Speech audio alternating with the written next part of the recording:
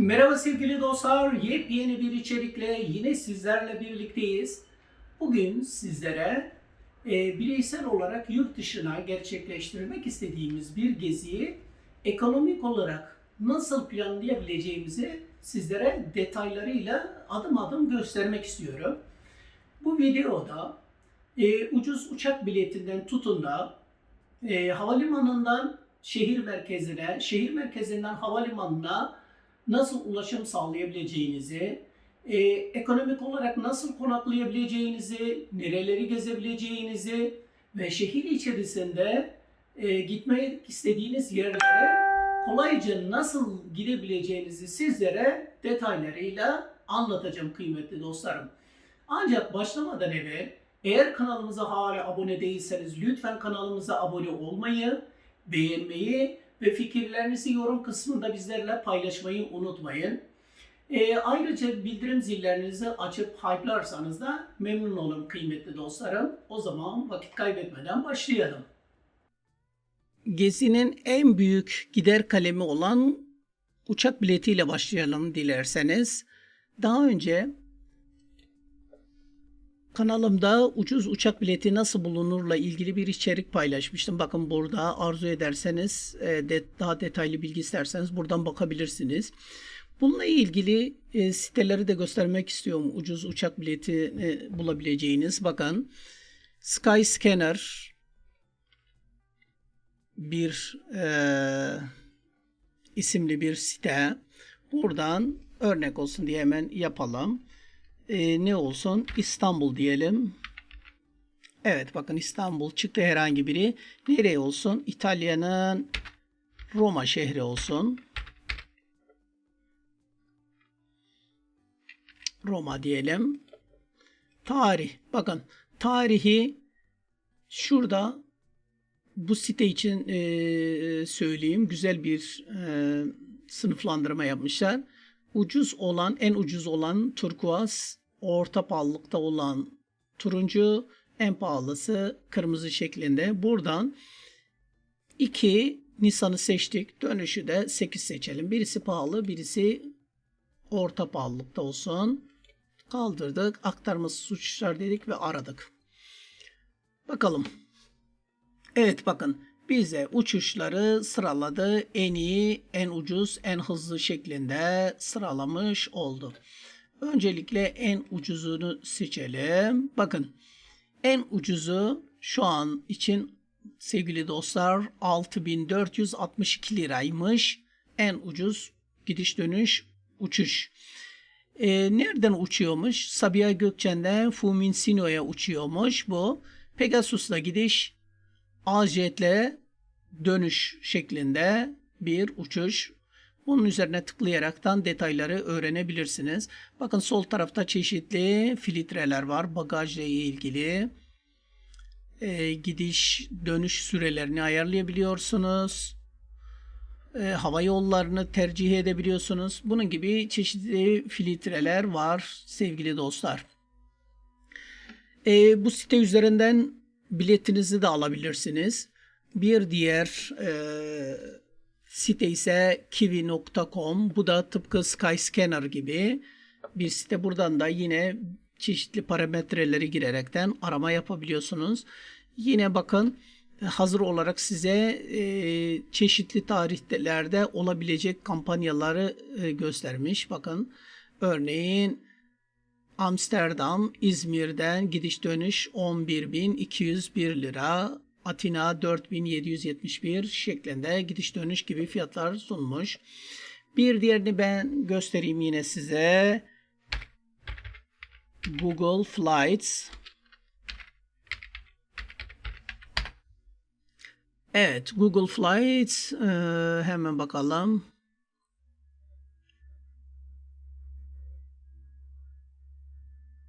Nerede? Tamam bakın Türkçesi de Google uçuş arama şeklinde çıktı.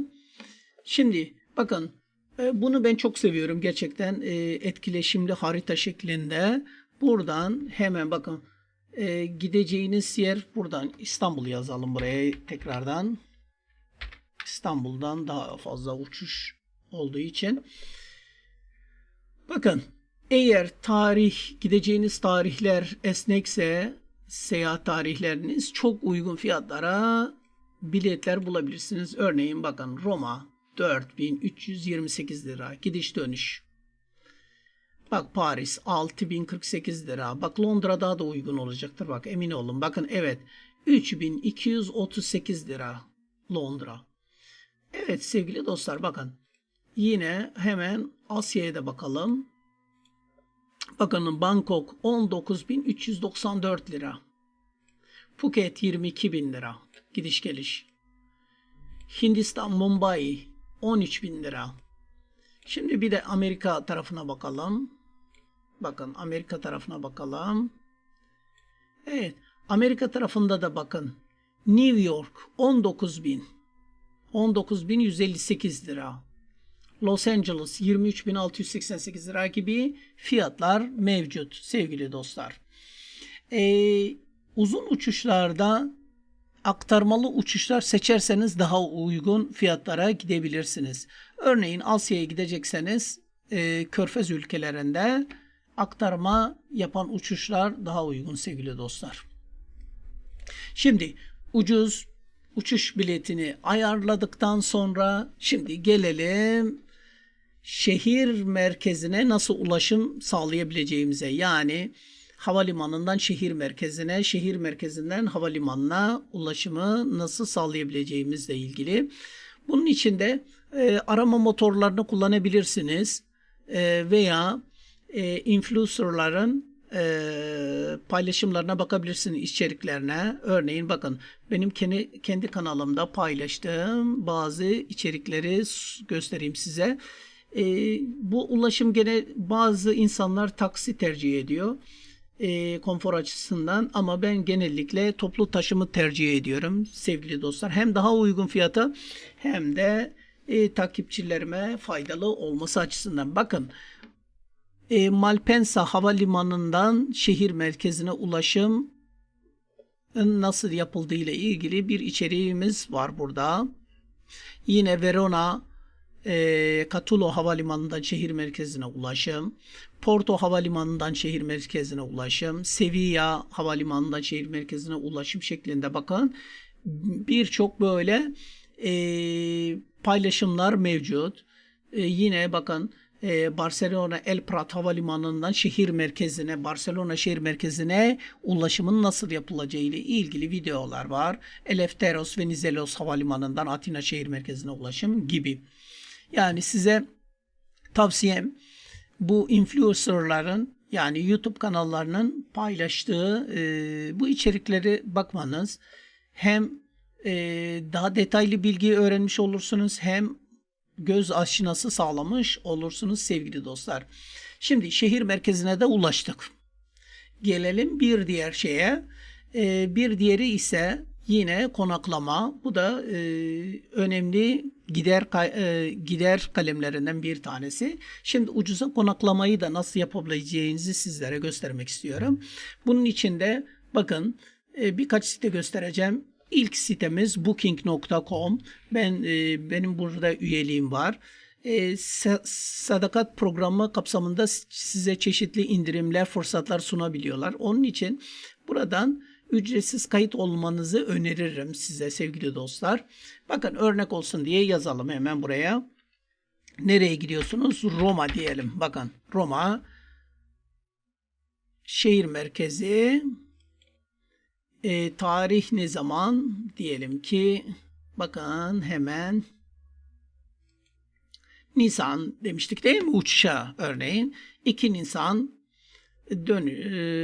çıkışta, check out'ta 3 Nisan olsun, bir gecelik diyelim ki. Daha sonra karar veririz kalıp kalmayacağımıza. Sonuçları haritada göster de diyebiliyor. Ona gerek kalmadan hemen şuradan bakalım. Ara dedik. Evet bakın. Şimdilik. Evet bakın, hemen şurada sıralamayı da önce en düşük fiyatı tercih edelim. Bakın, konaklamada Friends Holiday diye bir yer 5.1 1600 lira şeklinde Yine Legend RG diye bir yer 1677. Bakın fiyatlar şu şekilde gidiyor. Sizler hangisini tercih edeceksiniz? Bakın burada görüntülerine bakarak, sağladıkları koşullara bakarak, imkanlarına bakarak konaklamanızı buradan ayarlayabilirsiniz. Çok güvenli bir site. Yıllardır kullanıyorum. 20 yıldır kullanıyorum burayı. Yine bakalım. Bakın sol tarafta çeşitli filtreler var. Hangi filtreleri istiyorsanız tercih edebilirsiniz. Mesela kahvaltı dahil diyebilirsiniz. Ücretsiz iptal isteyebilirsiniz. Hostelleri isteyebilirsiniz. Mesela ben genellikle hostelleri tercih ediyorum. Tabii ki çoğunlukla bizim Türk insanına pek uymuyor aslında bu hostelleri. Yani paylaşımlı oda. Benim için sorun olmuyor. Ben genellikle benim gibi gezginlerle paylaşımlı odaları tercih ediyorum. Hem daha ucuz hem kültür alışverişinde bulunabiliyorsunuz. Bu sebeple ben hostel tercih ediyorum sevgili dostlar. Eğer siz ailenizle gidiyorsanız özel odalı yerler de tercih edebilirsiniz. Bazı hostellerin müstakil odaları da var. Özel odaları yani. O şekilde de aile odasında da kalabilirsiniz veya tek başınıza kalabileceğiniz odalarda tercih edebilirsiniz. Bakın fiyatları değişiyor. Size tavsiyem sevgili dostlar, bakın puanları, şurada puanlar var. 8.8 şeklinde. Ben genellikle 9 üstü şeyleri tercih ediyorum. Konaklama yerlerini tercih ediyorum ama tabii ki yerine göre, eğer çok turistik bir, aşırı turistik bir yerse tabii bu puanlamaları da haliyle pahalı olduğu için, eğer pahalı bir şehirse yani bunları 7'ye kadar da düşebiliyorum ama çoğunlukla 8 ve 9 üstü puana sahip olan yerleri tercih ediyorum. Bir diğer tercih sebebim de şehir merkezine yakınlığı benim için çok önemli sevgili dostlar. Çünkü bir de şehir merkezine gitmek için ayrıca bir para ödüyorsunuz. Bu sebeple de bu önemli bir şey. Dolayısıyla bunlara bakın. Yine örnek olsun diye hemen bir tanesine bir bakalım, inceleyelim. Şimdi bakalım hangisi olsun. Örnek olsun diye. Bakın mesela Generator ROM demiş. Bakalım buna neymiş. Evet, bakalım hemen bakın.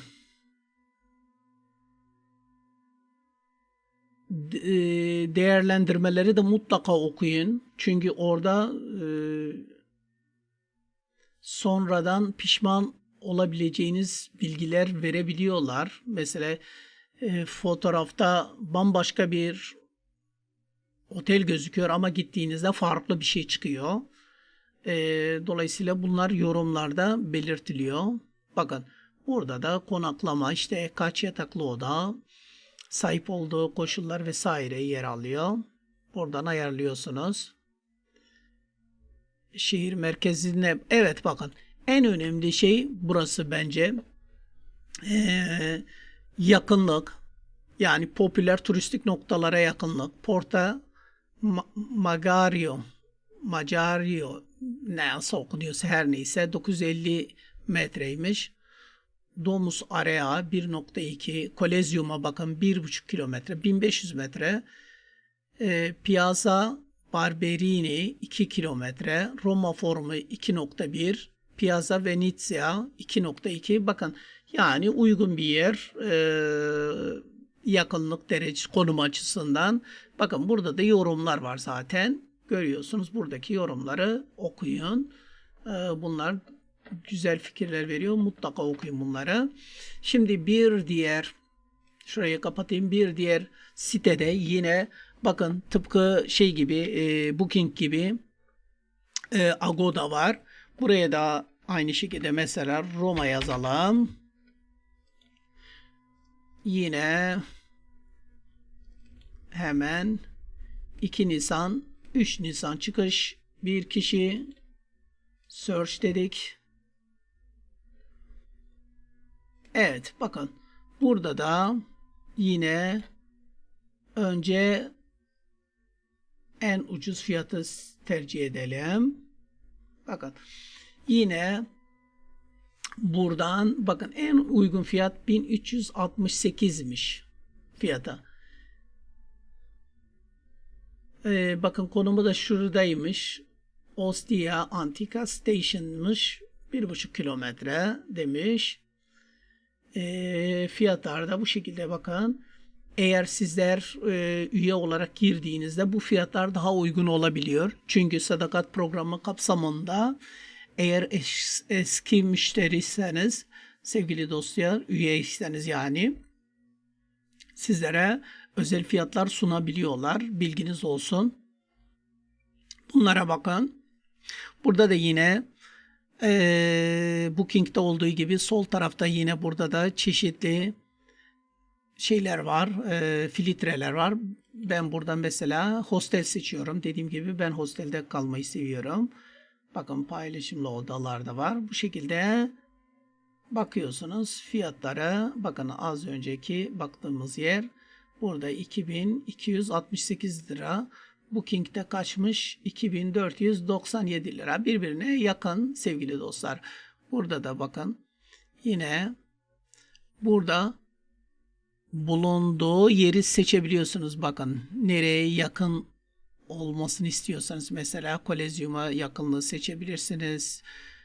Merkez Trezi istasyonunu seçebilirsiniz gibi. Bakın yine Agoda'da bu. Bir diğeri ise hotels.com. Bu üçü de güvenli sevgili dostlar. Bunun üçüne de üyeyim. Üçünü de kullanıyorum. Seyahat edeceğim tarihte arıyorum. Hangisi bana daha uygun fiyat verirse, hangisi daha güzel oteli bana daha ucuza sunuyorsa ben onu tercih ediyorum. Bunun üçünü de gönül rahatlığıyla kullanabilirsiniz. Ama en çok Booking'i kullanıyorum. İkinci sırada da Agoda'yı kullanıyorum. Booking şu anda Türkiye'de faaliyet göstermiyor. Agoda gösteriyor sevgili dostlar. Agoda'dan Türkiye'deki otel ve hostellere de rezervasyon yapabilirsiniz. Daha önce Booking de yapıyordu. Ama Booking ile ülkemizin Maliye Bakanlığı arasında bir anlaşma sağlanamadığı için sevgili dostlar buradan yasaklanmış durumda. Dolayısıyla Booking'den şu anda bir rezervasyon yapamıyoruz şu an için. Ama ileride değişir illaki. Buna inanıyorum. Vergi anlaşmazlığı sebebiyle bu. Evet. Şimdi konaklama yerimizi de ayarladık kıymetli dostlarım. Peki şehir içerisinde nasıl dolaşacağız?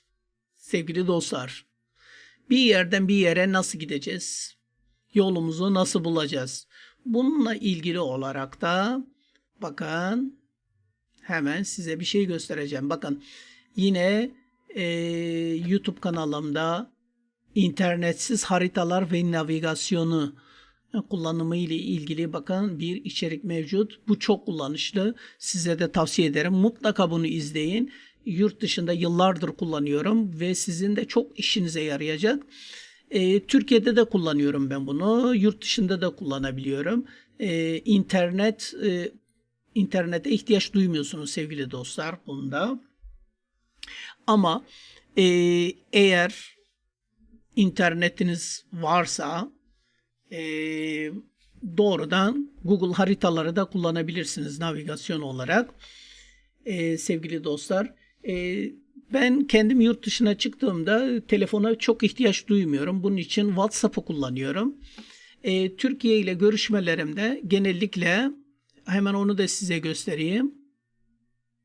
Bakın Volte diye yine kendi kanalımda paylaştığım bir içerik. Yurt dışında cep telefonu kullanımı.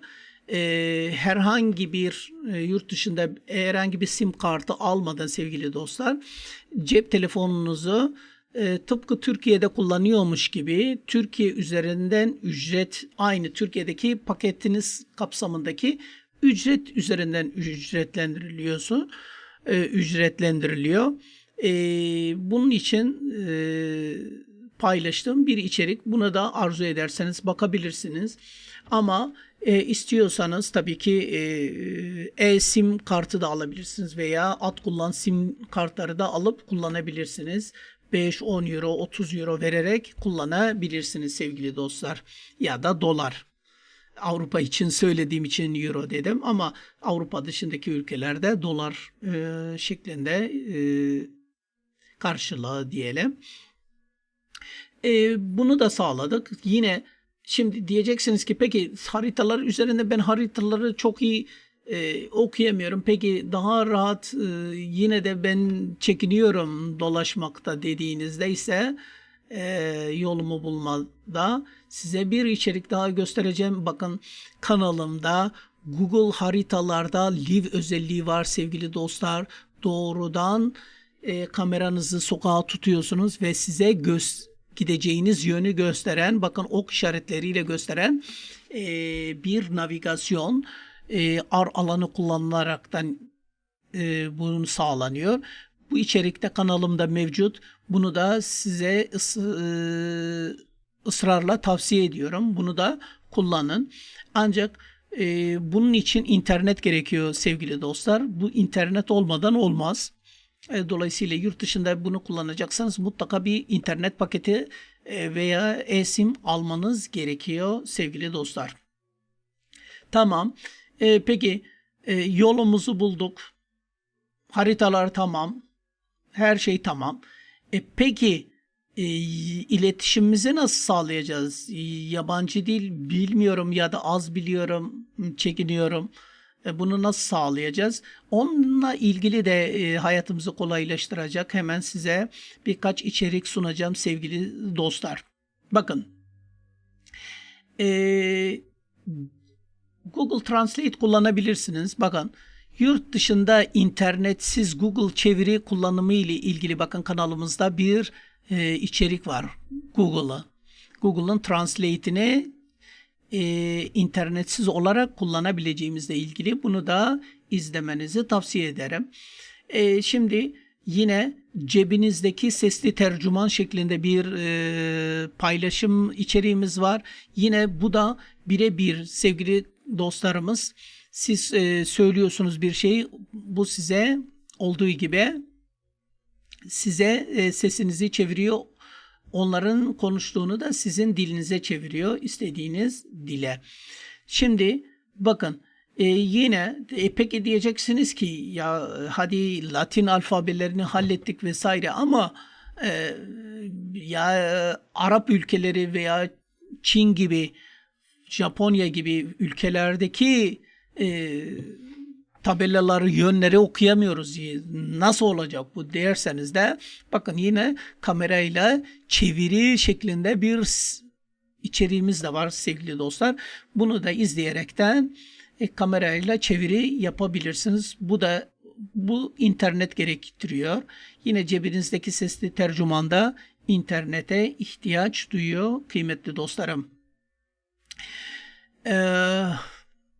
Şimdi bakalım.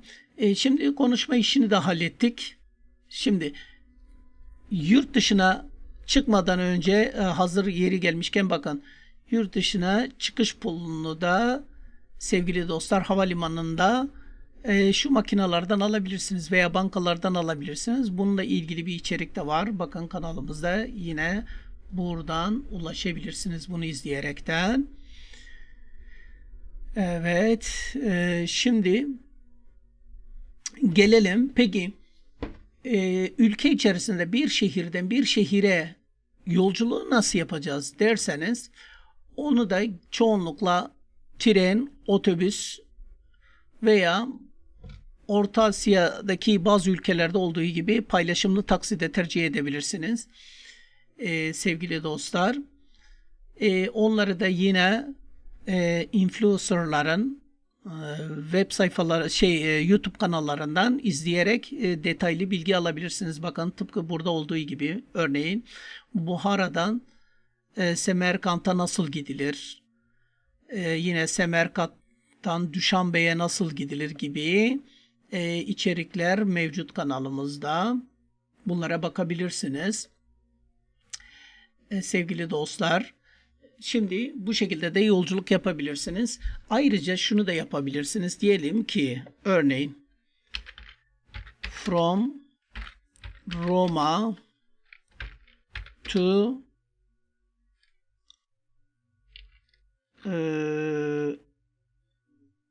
Venice. Venedik'e, Roma'dan Venedik'e otobüse arama yapalım. Bakın arama motorunda from Rome to Venice bas dedik. Ara dedik. Bakın Rome to Rio diye bir site var. Bakın burayı tıkladığınızda bu da tıpkı bir Skyscanner ve Trips Kiwi gibi geziler hakkında size fikir veriyor. Bakın Roma'dan Venedik'e ulaşım seçeneklerini sunuyor. Bakın görüyor musunuz? Tren güzergahını da gösteriyor. Fiyatını 1800 ile 5500 arasıymış. Otobüs de 450 ile 2900 lira arasıymış. Gece treni 2400 ile 3500 arasıymış. Sevgili dostlar. Şimdi bu gece treni deyince aklıma geldi. Bazen eğer geniş bir ülkede seyahat ediyorsanız hem konaklamadan tasarruf sağlayabilirsiniz bu gece yolculuklarıyla. Ben çok yolculuk yaptığım olmuştur bu şekilde. Hem yolda uyuyorum, hem bambaşka bir şehir görmüş oluyorum, hem de tasarruf sağlamış oluyorum sevgili dostlar. Bu şekilde de bir şehirden bir şehire gidebilirsiniz kıymetli dostlarım. Bunun dışında gelelim nereleri gezebileceğimizi ve nasıl gezeceğimizle ilgili kısma gelelim. Onu da hemen size göstereyim. Sevgili dostlar, şimdi nereyi gezebileceğimizle ilgili olaraktan bakın şimdi daha yeni paylaştığım bir içeriği sizlere göstermek istiyorum. Hemen bakın yine kanalımda. Bakın yapay zekayı kullanaraktan gezi nasıl planlanır? Burada bu içeriği izleyerekten sizler gezinizi planlayabilirsiniz yine. Burada da gösteriyoruz gezilecek yerleri kıymetli dostlarım. Size yapay zeka gezebileceğiniz yerleri ayrıntılı bir şekilde gün gün şeklinde sıralayabiliyorsunuz. Bir planlamasını sağlayabiliyorsunuz. Veya şunu da yapabilirsiniz. Yine aynı. Yine arama motoruna girerekten Roma'da gezilecek yerler diyorsunuz. Bakın. Şimdi Roma'da gezilecek yerler yazdınız. Bununla ilgili olarak çeşitli blog sayfaları var. Bunlara ulaşabilirsiniz. Bakın benim çok beğendiğim sitelerden bir tanesi gezip gördüm. Mesela bu hakikaten yıllardır takip ettiğim bir site ve çok kaliteli içerikler üretiyorlar. Bakın burada gezebileceğiniz yerler, Roma'ya neden gitmeli, kaç günde gezilir, nereye gidilir, neler yenilir vesaire gibi bakın envai çeşit bilgiler var burada. Bu şekilde detaylı bilgiler edinebilirsiniz. Evet, bakın şu şekilde bilgileri edindiniz. Buradan bakıyorsunuz ya da şu şekilde de yapabilirsiniz. Mesela diyelim ki bir geriye gelelim hemen. Google'da aradınız. Ayrıca görseller üzerinden de arayıp emin olabilirsiniz. Bakın ilginç yerleri görebilirsiniz. Fikir sahibi olabilirsiniz. Mesela bakıyorsunuz burada görselini beğendiğiniz yer hakkında bilgi edinebilirsiniz. Örneğin mesela şurası ilginç bir yer değil mi? Burası Vatikan. Burayı tıklayarak da üzerine yerin ismini öğrenip bilgiyi alabiliyorsunuz.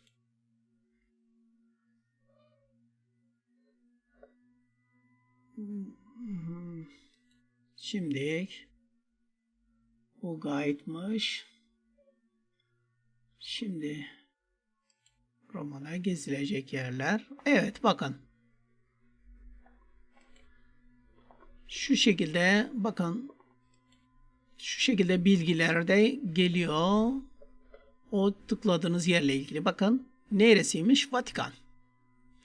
Onunla ilgili bilgiyi buraya size sunuyor sevgili dostlar. Yani anlayacağınız buradaki blog sayfalarından, web sitelerinden de gerekli bilgileri alıyorsunuz ve bir kenara yazıp istifliyorsunuz. Sonra kullanmak üzere kendiniz de götürüyorsunuz gittiğiniz yere. Evet, bu da tamam. Şimdilik. Ama sevgili dostlar, gerçekten şu yapay zeka ile gezi nasıl planlanır? Bunu izlemenizi tavsiye ederim. Hakikaten gezi şu anlattıklarımı da kapsayacak şekilde baştan sona kapsamlı bir şekilde gezinizi yapay zeka kullanaraktan planlayabilirsiniz sevgili dostlar. Bu şekilde bunu yapabilirsiniz. Peki yemek işini nasıl hallediyorsunuz diye soracak olursanız, yemekte genellikle eğer kaldığım yer otelde ücretsiz olarak sunuyorsa yiyorum veya hostellerde genellikle şu oluyor. Kahvaltıyı dışarıdan bir şeyler alarak kendimiz hostelde yapabiliyoruz. Çünkü hostelin mutfağı var. Bu sebepten hosteli seviyorum. Kahvaltılık bir şeyler alıp hostelde kahvaltımı yapıyorum genellikle. Yemek de yapabiliyoruz yine hostelde. Ancak yemeği daha çok dışarıda yemeği tercih ediyorum. Eğer gittiğim ülkede özel geleneksel yemekler varsa mutlaka onları tercih ediyorum. 5 ile 15 euro arası değişiyor öğün başına. Dolar olarak da 10 dolar ile 5 dolar ile 15 dolar arası diyelim. O da aynı, yani euro ile aşağı yukarı aynı sevgili dostlar. Şimdi Roma'da ne yenir? Bakın hemen bakın, onunla ilgili de görselleri görüyorsunuz burada. Neleri yiyebileceğinizi, örneğin bakın şu arancini olması lazım. Bunu şeyde görmüştüm. Sicilya'da yemiştim sevgili dostlar.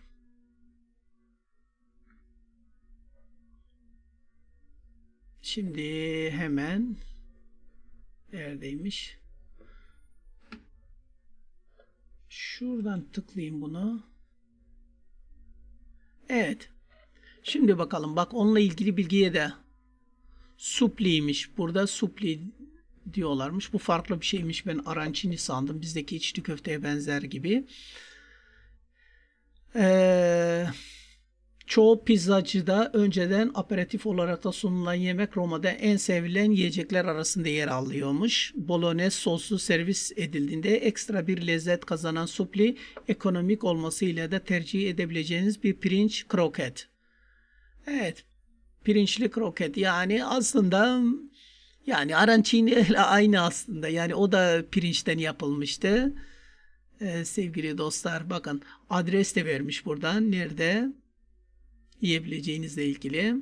Roma dondurması var. Pizza var.